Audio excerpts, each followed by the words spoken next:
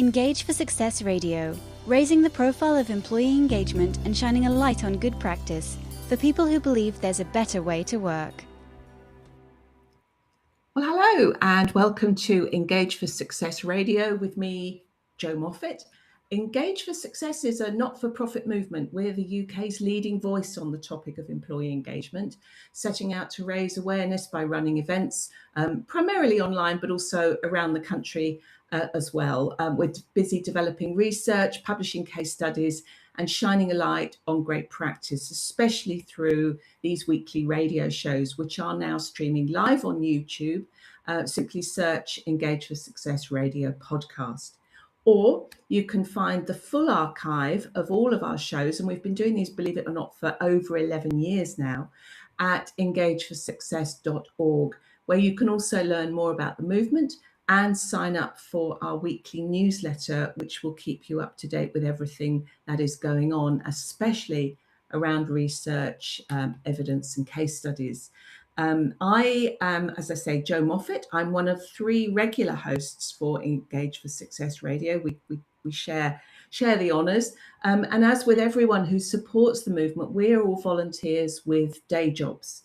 I founded and led Woodreed, a consultancy which was leveraging the creative and insight-led approach of the advertising world to engage employees inside organisations. I sold Woodreed last year to 7 Cs, the culture consultancy, where I now work as a senior consultant board advisor, supporting their clients to create workplace cultures that make workplaces work, which for me means employees as well as shareholders and stakeholders. So to today's show, radio show number 644 in our weekly series. As I say, quite hard to believe that we've got that far. And today's topic is what truly drives connection, trust and engagement for women in today's workplaces. And to help me navigate that topic, and share her expertise, I'm very pleased to welcome today's guest, Sarah Perugia. Sarah is an executive leadership master coach. She's also a speaker and podcaster in her own right. So we're looking forward to some highly professional guest interaction today, and with somebody who's well used to being on the other side of the microphone. So welcome to the show, Sarah.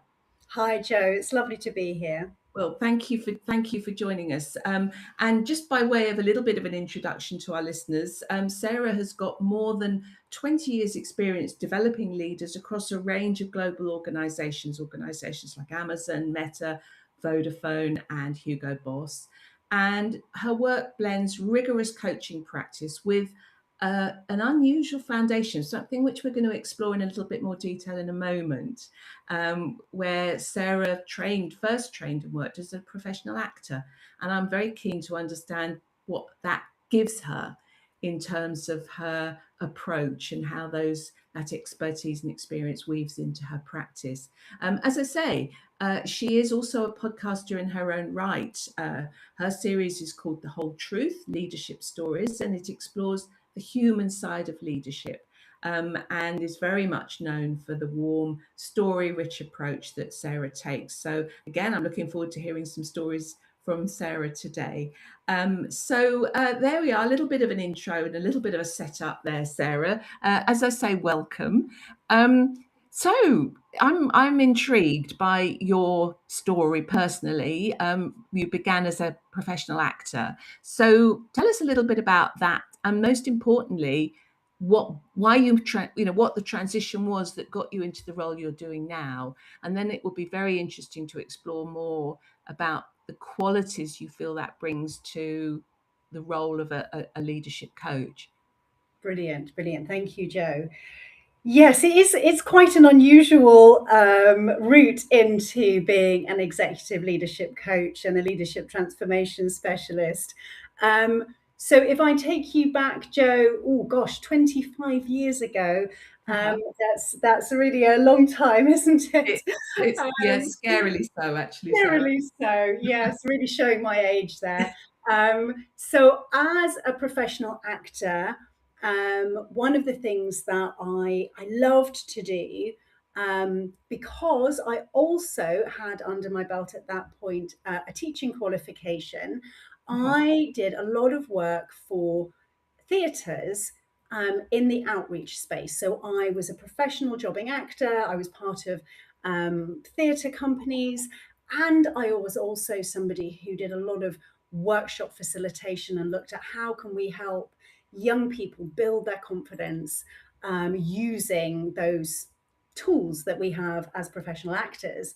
And then some bright spark at the National Theatre, I was partnering with at the time, said, look, we're doing this for kids. Surely we can do this for leaders too. And the first step, Joe, was that a group of actors, we went and worked with organizations and teams and leaders all around London, looking at executive presence and stage presence and mindset and managing nerves and storytelling and listening and engagement and experimentation and rehearsal and what all of these principles might do for leaders. I absolutely love this work. I found it completely fascinating.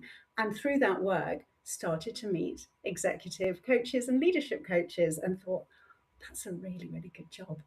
And so that kicked off my curiosity. And, you know, as with most leadership development professionals, I then went off and did lots and lots of different accreditations, leadership coaching, positive psychology, NLP. I'm also I'm an accredited master coach, but also Insights Discovery accredited.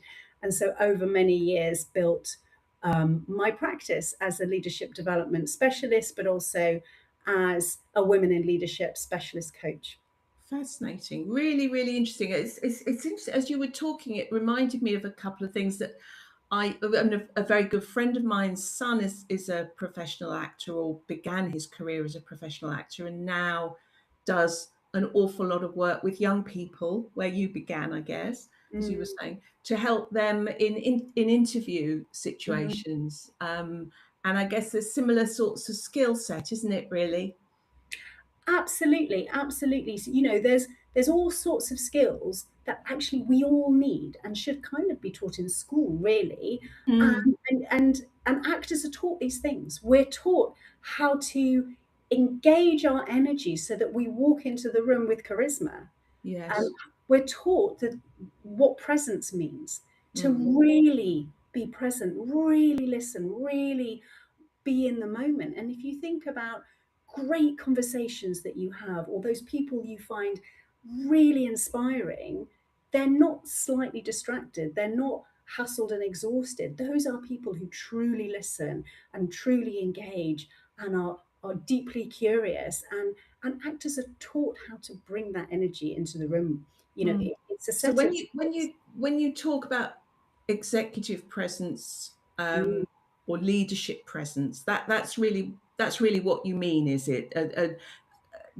Being present in the moment, in your entirety, with whoever you're particularly interacting with, whether that be one on one or a bigger audience. That's a great question, Joe. Thank you. Yes.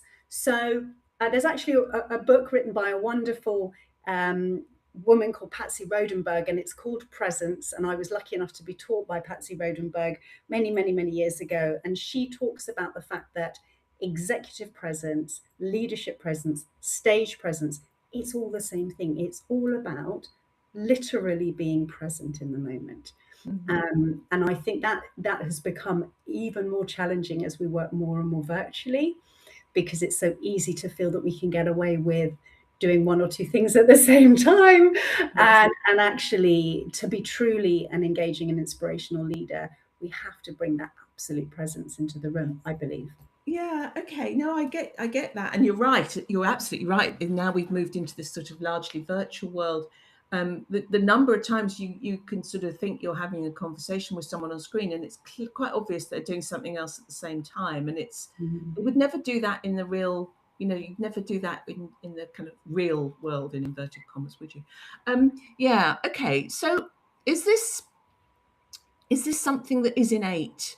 Are we born with this skill and we then lose it? Or we don't really have it and we have to learn it. Hmm. Where are we on that? I think that's a brilliant thought. I think this is a set of skills. So getting somebody to stand up and present on stage in front of 300 people without any training or development or coaching is a little bit like handing somebody a tennis racket and shoving them out onto centre court in front of Serena Williams and saying, off you go then. And How hard can it be, eh? how can it be? Off you go, give it a go.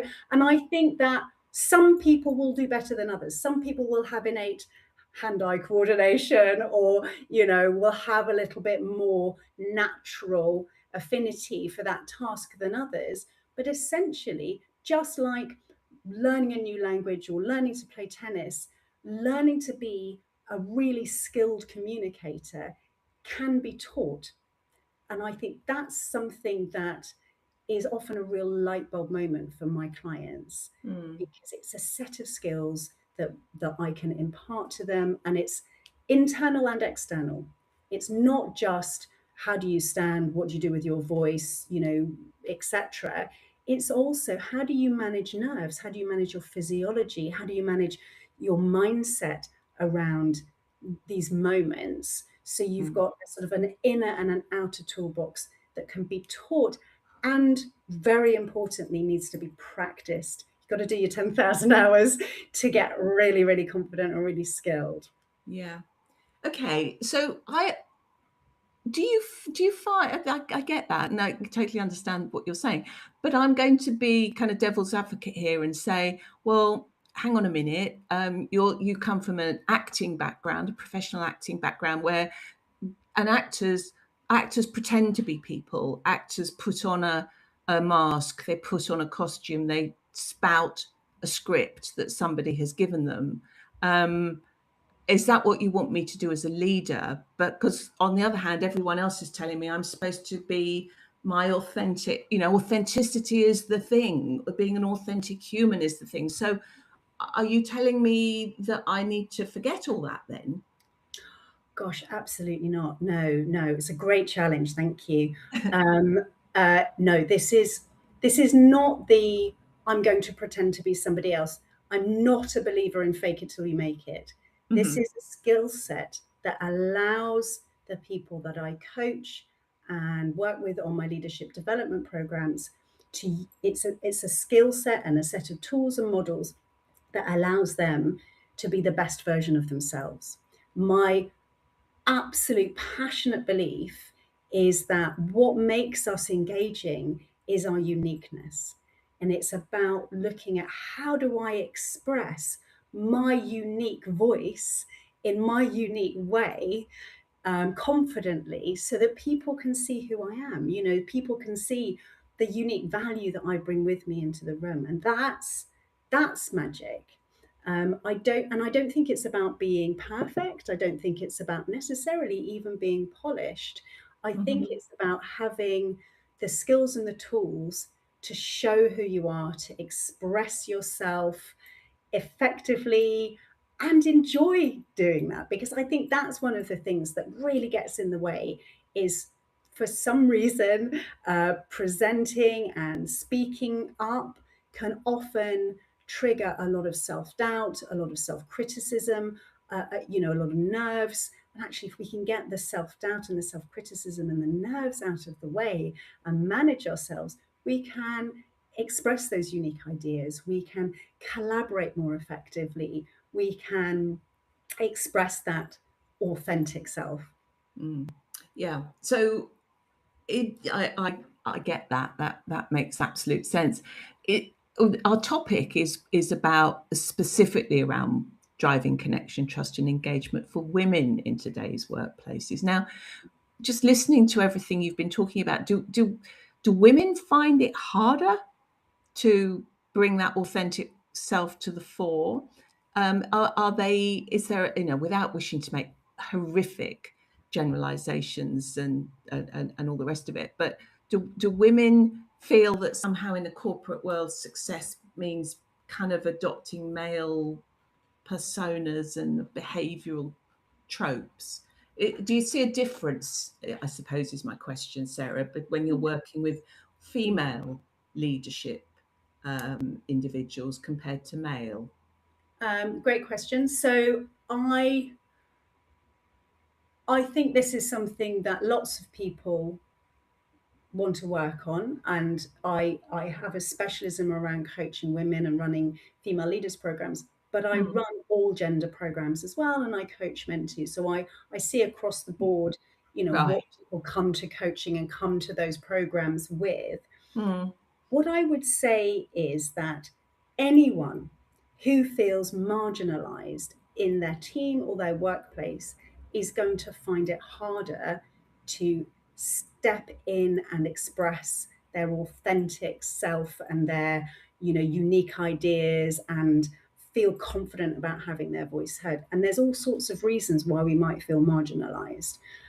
What I observe, and actually I have to say I've seen the pendulum swing in the last year, and this is getting tougher again, is that mm, there's women who are in very male dominated teams, male dominated organizations, might feel marginalized, and therefore there might be some blockers for them around feeling really confident to express themselves. And that's where we are doing a bigger piece of work, Joe. So then it mm, moves into kind of more generalized, what I call whole person leadership development, where we're looking at literally the whole person. Like, what does this person need to thrive, to flourish, to be at their best, to be the best version of themselves in terms of not only their leadership, but also their life too? Because very often there's all sorts of things that get in the way of us feeling truly, yeah, truly ourselves and truly confident and assured. And it I see that being sometimes more of a challenge for anyone who's feeling marginalized. And as I yeah, say, you know, yeah. being the only woman in the room might not be the only way that we might be marginalized. No, it's interesting though. Again, just listening to you just reminded me. The other day, I was coming back from London on the train, and there was a woman. I think she must have probably been in her 40s, probably, and she was professionally dressed, and she was chatting to her partner, husband, whoever, with her, and she was and she was so bitterly complaining, not loudly. You know, we couldn't all hear it, but I just happened to be sitting across from them about how she was the only woman at her company, and this particular person would never have dared talk to any of the men the way they just talked to her, or been so critical of anyone else's work the way they had just been to her. And you know, you could see her pain. I really, really could see her pain. And I mean, I've no idea whether anything she was saying was founded or not, but I kind of got it felt pretty genuine to me that this was a woman who potentially could be doing a very good job for an organization, but was feeling very, very disengaged and isolated by being on their own in a team. And you were, so we could recognize that, but you were saying there are other reasons why people, and you know, I know something that you're particularly concerned about is the extent to which women kind of are checking out of the workplace, whether that be literally or figuratively. And I wonder, what do you think are the pressures that are causing that to happen? Oh gosh, there's so many, Joe, so many. I think we as women have been sold a kind of, especially, you know, I'm 55, so I think I was very much sold this idea of, well, okay, right, you're the generation that can have it all. Yeah. And actually, what I see, I'm sitting with women between the ages of, I would say, 35 and 55, speaking to them every single day. And that woman that you were listening to on the train, those are the stories I hear every day. Mm, And it's across the board in all industries, all organizations, so many different professions, that women are feeling that sense of injustice around, well, you know, he wouldn't have spoken to me like that if I was a man. I wouldn't have been spoken across. I wouldn't have been put last on the agenda. I wouldn't have been overlooked for that secondment or that promotion. I wouldn't have to prove myself over and over again. I wouldn't have to fight so hard for my seat at the table, which I've already earned. and I think that women have, I mean, a harder time often. And honestly, since everything's happened in America with the shift away from supporting women and DEI, lots of things have got worse for women. And this is not a matter of opinion. This is the stories that I'm hearing from all these different women in different organizations. And I think, Joe, we've also got the way that our society is set up with mostly women getting more opportunities and better pay when they go on parental leave. And so therefore the women being more likely to take the career breaks. This sets up a pattern around domestic and emotional load as well at home. So I think my observation is that women are unbelievably amazing. They are so gritty and so resilient and carrying so much.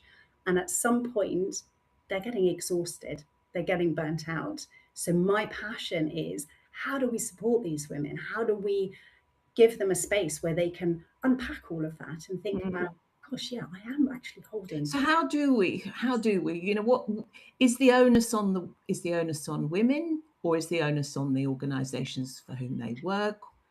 What can be done to help support this and make that environment better? Because it's such a desperate waste of talent, if nothing else, and health and well-being and mental health and everything, and the health of future generations too. I mean, this is big stuff, isn't it?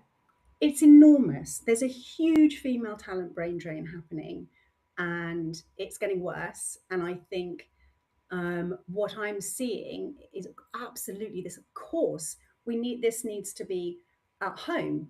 Like, what can we all do to make sure that actually we're all stepping up for each other? What can be done in the workplace to manage this unconscious bias or assumptions?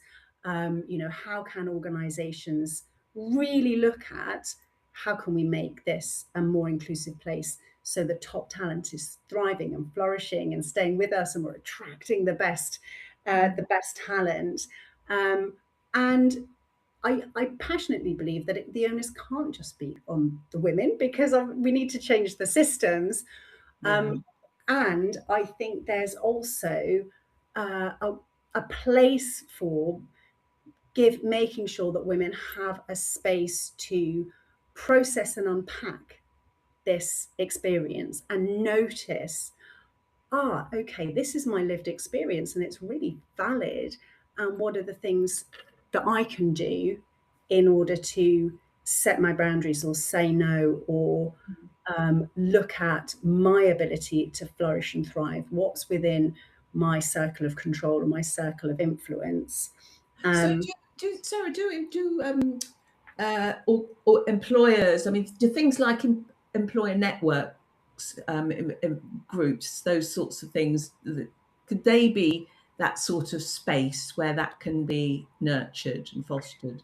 Yeah, wonderful that you've mentioned those networks. So yes, I do a lot of work with internal networks in organizations. So bringing people together just to have conversations about their lived experiences, to think about what are the tools and strategies, to also be able to share, because at the beginning in your introduction, you talked about culture, and culture is so vitally important. If you've got a positive and inclusive culture, then everybody will thrive, everybody will be heard, things can be adjusted, people can speak up and challenge and be part of developing and changing and improving that culture, so top talent thrives and top talent stays.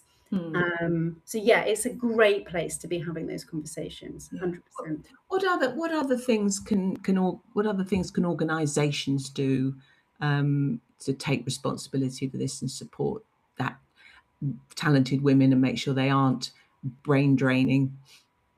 Yes, so I think it's about making sure that this is front and center, and what I see, because of the way that policy has changed since Trump created his executive orders around DEI and women. There's been a big ripple effect through the UK and Europe as well around that. I think a lot of organisations have taken DEI off the table. Can I ask you why, without wishing to get too much into the nitty gritty of it? And I'm sorry if I interrupted you there, but why do you think that is? Do you think it's, oh, thank goodness for that. We only ever really paid lip service to this, and now we don't have to bother anymore. Or actually, I think we should still do this, but I'm worried that I won't be able to get contracts in the US with US owned companies or whatever. Has it been a useful opportunity for organizations to say, oh, good, we don't have to worry anymore? Or actually, do they by and large recognize that doing this sort of thing is actually a very good thing for organizational success in the longer term? I'm being cynical a little bit, but where do you think it lies? So I think for American-based companies, obviously, there was a legal threat. Mm-hmm. So they wanted to play. Not all of them. Some of them have pushed back, but the vast majority have played it safe. I think the interesting thing is the ripple effect through UK and Europe. And honestly, I wish I had an answer for you, Joe. I don't know why all of a sudden I'm having conversations with people in organizations that I've worked with for 10, 15 years who are saying, oh yeah, well, we're not really, we're not investing in that anymore. Or yeah, we've taken that off the table. I think it's financially driven. I think they're relieved not to spend that money. Everyone's feeling the pinch. I think they're fearful of how they're perceived in the States because they want to align with what's happening in the States. I think on a personal level, there's lots of wonderful, inclusive, inspirational, values-driven leaders out there who are still continuing to do a fantastic job of nurturing diverse talent. They're just doing it in a less structured way and a less centralized way. So it is still happening. Yes.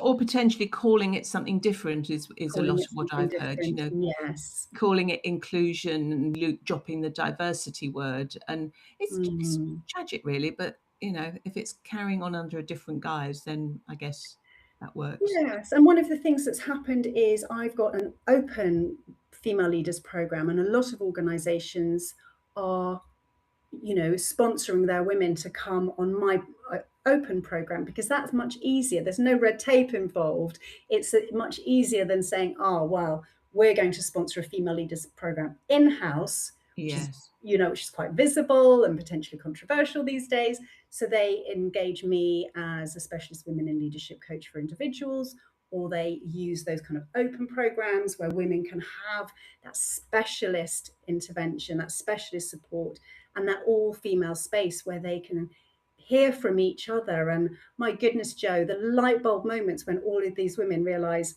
gosh, everyone's experiencing the same thing as me. We're not alone. We're not alone. There is, at the beginning of every cohort, this kind of joyful relief when they realize, wow, there's this group of people and they all understand my lived experience. I'm not alone in this. The power of lived experience, and I do a lot of work with the NHS, various parts of the NHS, and this whole thing around lived experience has been such a powerful thing in terms of improving treatment outcomes, protocols, all the rest of it. Just sharing that it's incredibly powerful, and in a medical context. But you're talking about it in a organizational culture perspective point of view as well. I think it's very, very powerful, isn't it? Sarah, we are out of time virtually. I've got less than a minute to go. I would like to wrap up, if I may, with one question to you. If there was one thing that would help women to not only stay in their organization, but thrive and lead with impact, what would that one thing be? I'm going to give you two, Joe. Go on then. Curiosity and kindness. Oh, I love it. Yes. So I think the more curious we are about other people's lived experience, the more we come from a place of kindness, the more we will all create amazing conversations, supportive cultures that allow everybody, women included, to thrive and flourish and fulfill their potential. Thank you. Lovely. We are out of time. All I can really say is thank you to our listeners for listening to Engage for Success Radio. I think you've been given a treat today, listening to Sarah Perugia talking about what truly drives connection, trust and engagement for women in today's workplaces. Sarah, it's been a delight talking to you. I've found it absolutely fascinating and inspiring. So thank you very much. As I say, thank you for listening to our listeners. And don't forget, you can download or stream any of the great shows from our archive at any time. And if you want to get involved in the movement, you can get in touch at engageforsuccess.org as well. And our latest employee engagement survey and benchmark index, the 2026 report, is imminent. So if you want to be first in line to sign up for that or to get it, to know when it's published, please make sure you sign up for our newsletter, again, at engageforsuccess.org. Meanwhile, that's it from me. Thank you very much. Thank you, Sarah Perugia, and goodbye. Engage for Success Radio, raising the profile of employee engagement and shining a light on good practice for people who believe there's a better way to work.